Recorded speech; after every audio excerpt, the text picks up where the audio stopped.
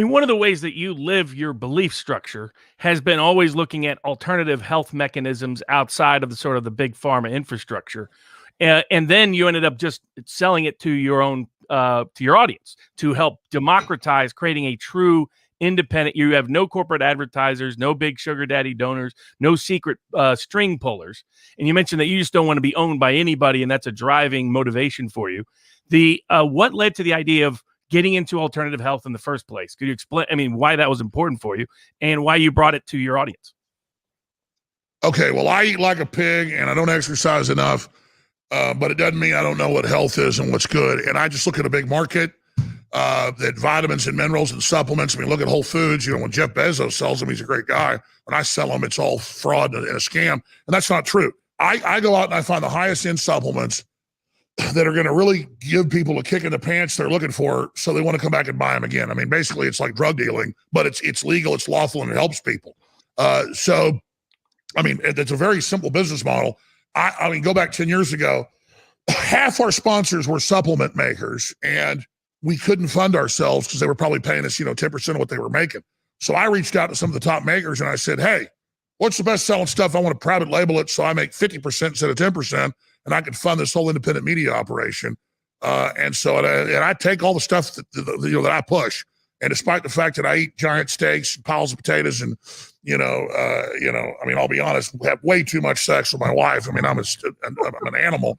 Despite all that, well, it takes your energy away. Despite all that, I, ladies and gentlemen, could not do it without X2, which is deep earth crystal iodine, which is essential. Go to the UN's own website. UN, 2 billion people have cognitive disabilities, they say, because of lack of iodine in development. Well, fluoride's the bad iodine. So I'm not doing a pitch here. Get your Himalayan salt, whatever, folks. The point is, Jones sells scam products. Concentrated wheatgrass tablets. Wheatgrass will grow hair on your chest, ladies and gentlemen. This is full of all the amino acids. I don't mean to go into a plug. The point is, this is wheatgrass concentrate is not a scam. No, I mean, you can't take it before it'll give you projectile diarrhea. Two things, though. Eat enough carrots or drink enough Sunny D and your skin will turn orange just from the beta carotene. So too much of it, even a good thing, is bad. But setting that aside, I watched a very funny, because I was doing my research today, I watched a very funny John Oliver bit where he went over your supplements and he had some good comedy and he had some unfair comedy, but it might have been the only... Yeah, he says, I sell the bones of dead birds. Well, technically, a chicken bone broth is the bones of dead birds. It's true. Well, so as is Jello if it's made the right way with gelatin from bone broth. But this is actually a question that I have. It's a legitimate question that I struggle with myself. When you are relying on ad revenue, people accuse you of tailoring your content to please your censorship overlords. But the pressure is no different when you are appealing to your crowdfunding or to your marketing of your products. I think to some extent you might be selling overpriced products. I think people probably appreciate that, and they're buying them despite the fact that they might be more than vitamin D you get in the store because they want to support you and not because they want to support the local store. Fine. But once you start creating content, that is when you're relying on your crowd for funding, are you not feeling something of a pressure nonetheless? It might not be to please your censorship overlords, but are you not feeling like your content is geared now towards the interest of those who are financing your activities? That was subconscious in the past. All the stuff I got in trouble for, and I'm not trying to give myself a pat on the back, was things that 4chan and 8chan and some of my crew wanted me to cover that was nebulous. And my rule is, never cover stuff that is nebulous anymore. There's just too much real, stuff that's out there that we could debate that went on, like what made this apartment complex collapse, or why are there riots in South Africa? No one's debating if there are riots in South Africa. So my objective is the same way with the supplements, since you brought them up.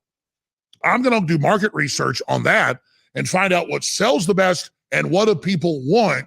And in that case, I 100% give people already made, been out for 10, 20 years, best-selling stuff that's already been tested, already triple tested, because I'm already under a magnifying glass. People are already targeting me. I want my listeners to, alpha power or something that's for libido. Of course this stuff's going to work. I mean, one ingredient in it is known to work. It's called horny goatweed for a reason. I want them to have a good response. Now, so they buy it again. That's just complete honesty. It's a good thing. That's how you should do business. Like, this restaurant cooks the best food we can, so you come back and buy it again. Now let's expand on that. When it comes to what I do on air, there's one customer that matters, just like most of these good restaurants. The chef isn't asking people what they like, it's what he wants to cook. I do not listen to anybody, at least in the past I did not. I try to control myself sometimes. But I go off of my gut and what I want to cover and what I want to do. We got 50 clips and we got 100, 200 news articles and we got guests coming in. And there's just straight on doing this. And so that's why when I've been sued all these times, and the judges they go, I know there's somebody telling you what to do, and I know there's a marketing plan for what you say on air. There is no marketing plan.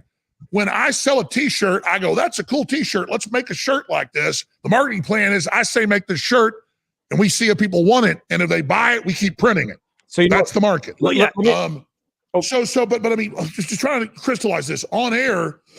I do not sit there like CNN during a debate, gauging with a focus group which person I like the best. I don't look at that. It's like Luke Skywalker blowing up the Death Star. I've turned off my targeting computer, brother.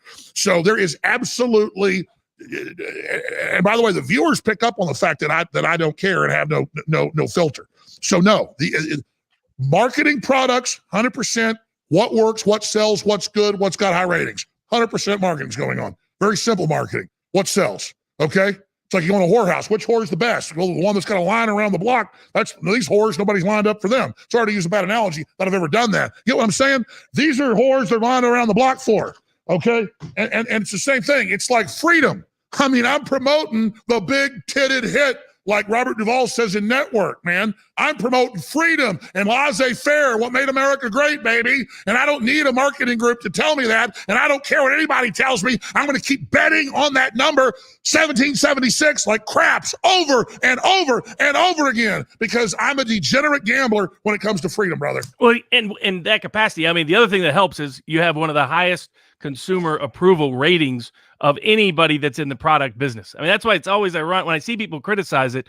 It's a criticism that makes no sense. It's not a criticism rooted in fact or evidence. Well, here's an example. Nobody's got DEA approved pure atomic iodine. They all lie and say they got it. We got to pay for a DEA facility. This stuff costs me $10 a bottle when I can buy it for $2 a bottle. So you could say, hey, that looks like it's marked up more, but a synthetic vitamin D costs me $2 a bottle, but a real vitamin D costs me $10 a bottle, again, that's organic.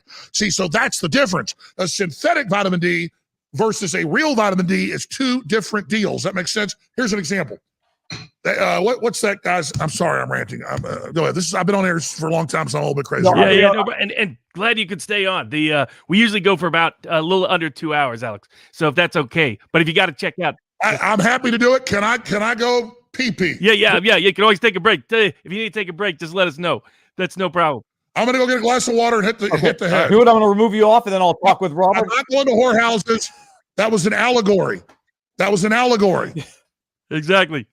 But if you're going to go to whorehouse, you got to go. Hey, I'll bring you back in when I see you. You don't want any of the whores in the front room. You want to go, which one's got a line at the door? No problem.